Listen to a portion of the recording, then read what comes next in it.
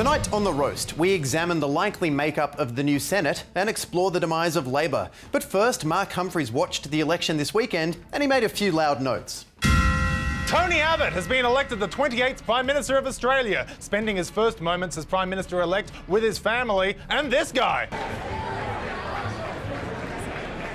Security presumably thought the protester was one of Abbott's kids, but removed him when they realised he was not hot. Over in Queensland, outgoing PM Kevin Rudd gave his concession speech, taking 22 minutes to say, "I lost." He also used the opportunity to bag out the one opponent he did beat, Liberal candidate in his seat of Griffith, Dr Bill Glasson. It would be un-prime ministerial of me to say, "Bill Glasson, eat your heart out," so I won't.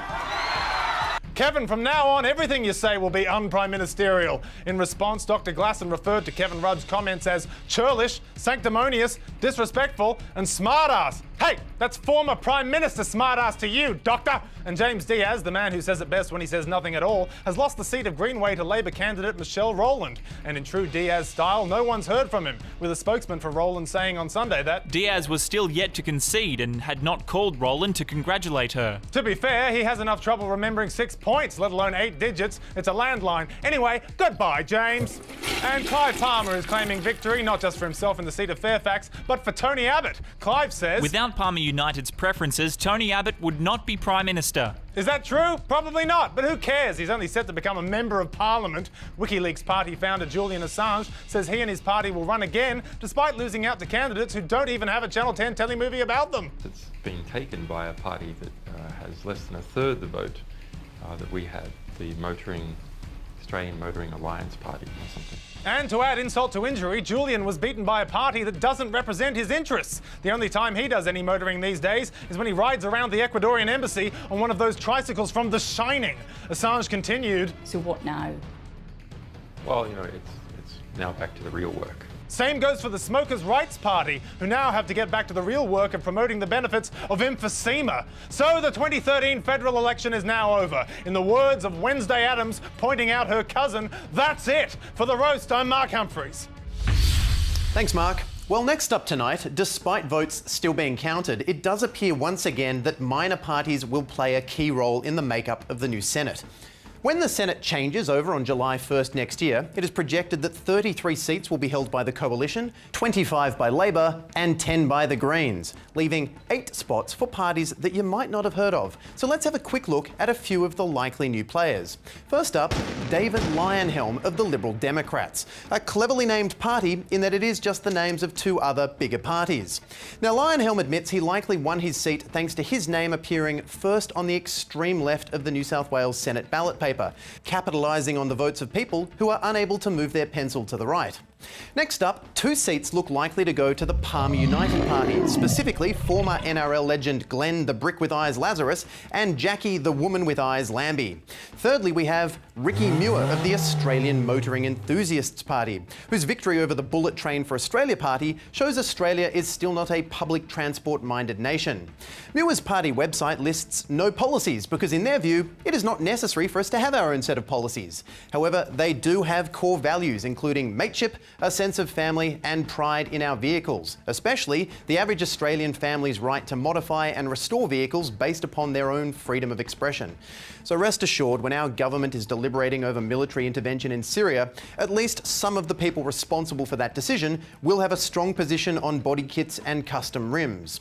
And then there's Wayne Dropolick of the Australian Sports Party, who won his seat despite holding just 1,908 votes out of the 896,345 counted as of yesterday afternoon. So how did that happen? Senate preference voting, Tom. Let me walk you through it. When you were given this Senate ballot paper on Saturday, you would have noticed you have 2 options. Vote for one party above the line or fill in up to 110 boxes below the line. At this point, you might have thought to yourself, can I really be bothered? And the answer for the overwhelming majority of Australia was no. But after you left, that one took on a life of its own. It slowly began to trickle down through a complex labyrinth of preference deals until that one became a vote for a party that is diametrically opposed to your core beliefs. Like when you voted above the line for the South Australian Greens because you believe in climate change and support the carbon tax, but because they're preferencing, a part of your vote actually went to the no carbon tax climate skeptics party. Or because you didn't read up on the individual policies of 110 candidates you've never heard of. So this is definitely all our fault.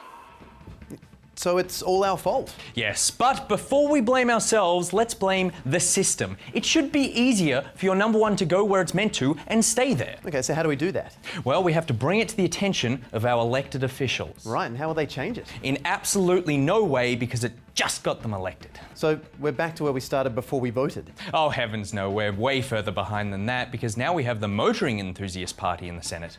Right, thank you, Nick. Thank you, Tom. And finally tonight, with the Liberal Party now elected to government, we say goodbye to the Rudd-Gillard era. Definitely a strong blow to Labor supporters and people who love eras with uninspiring names. So let's bid farewell to the outgoing government in a manner the flaming bow and arrow enthusiast party could really get behind.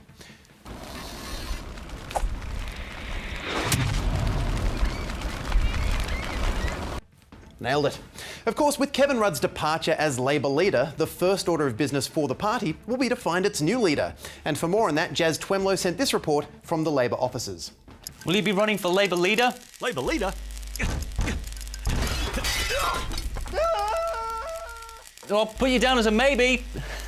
Well, no one from the Labour Party has yet put their hand up to be the opposition leader. And who can blame them? Taking over leadership of a party whose current legacy is a profound sense of disappointment and a feeling of wasted opportunity? You won't be anything more than a seat warmer to get the party through to its real leader, who won't come in until they're certain they can win an election.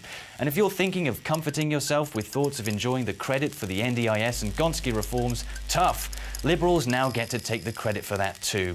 So it's a pretty unforgiving job, unless they're offering the position of leader after this leader, as that's the one who just might get to be Prime Minister, assuming the charred corpse of Kevin Rudd doesn't come back 2 months before the next winnable election and destabilise the party you've spent the last 6 years trying to rebuild. Back to you, Tom. Thanks, Jazz. And so to our new senator from the Motoring Enthusiast Party, congratulations. We have high hopes for you in your new role of running the country. That means thank you in car. Good night.